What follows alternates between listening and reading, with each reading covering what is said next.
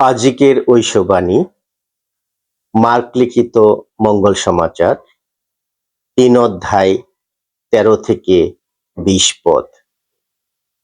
পাঠের বিষয় ১২ জন প্রেরিত দূতকে মনোনয়ন। এরপরে যিশু কাছের পাহাড়টায় গিয়ে উঠলেন। তিনি যাদের মনোনীত করতে চেয়েছিলেন তাদের তিনি তখন কাছে ডাকলেন। তাই তারা তার কাছে এগিয়ে এলেন। তখনই তিনি ১২ জনের একটি দল গড়ে তুললেন। তিনি চেয়েছিলেন এরা হবেন তার নিত্যসঙ্গী, এদের তিনি বাণী প্রচার করতে পাঠাবেন। এদের হাতে থাকবে অপদূত তাড়ানোর ক্ষমতা। এইভাবেই তিনি ১২ জনের একটি দল গড়ে তুললেন। এরা হলেন শিমন, তিনি যার নাম রাখলেন পিতর, জবেদের ছেলে যাকব আর যাকবের ভাই যোহন। তিনি যাদের দুজনের নাম দিলেন বোয়েনেগের্স অর্থাৎ ব্রজনন্দন।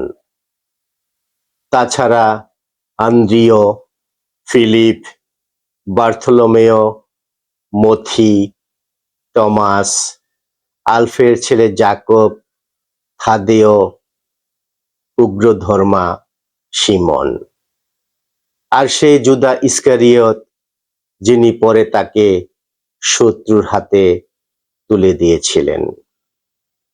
এরপর যিশু আবার বাড়ি ফিরে এলেন।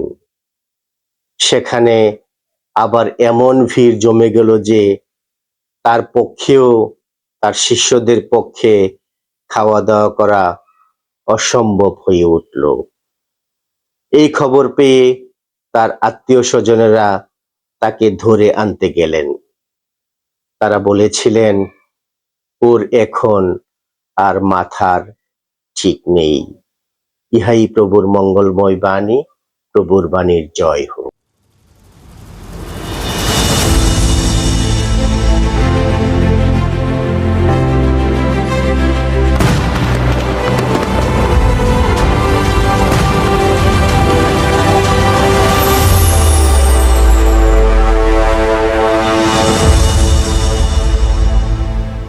যিশুর ডাকে সাড়া দেওয়া। মার্ক ৩ অধ্যায় ১৩ থেকে ১৯ পদ। আমরা দেখি যিশু পাহাড়ে উঠে কিছু মানুষকে ডাকলেন। যাদের তিনি ডাকলেন তারা সবাই খুব সাধারণ মানুষ ছিল। তবুও যিশু তাদের মধ্য থেকে ১২ জনকে বেছে নিলেন।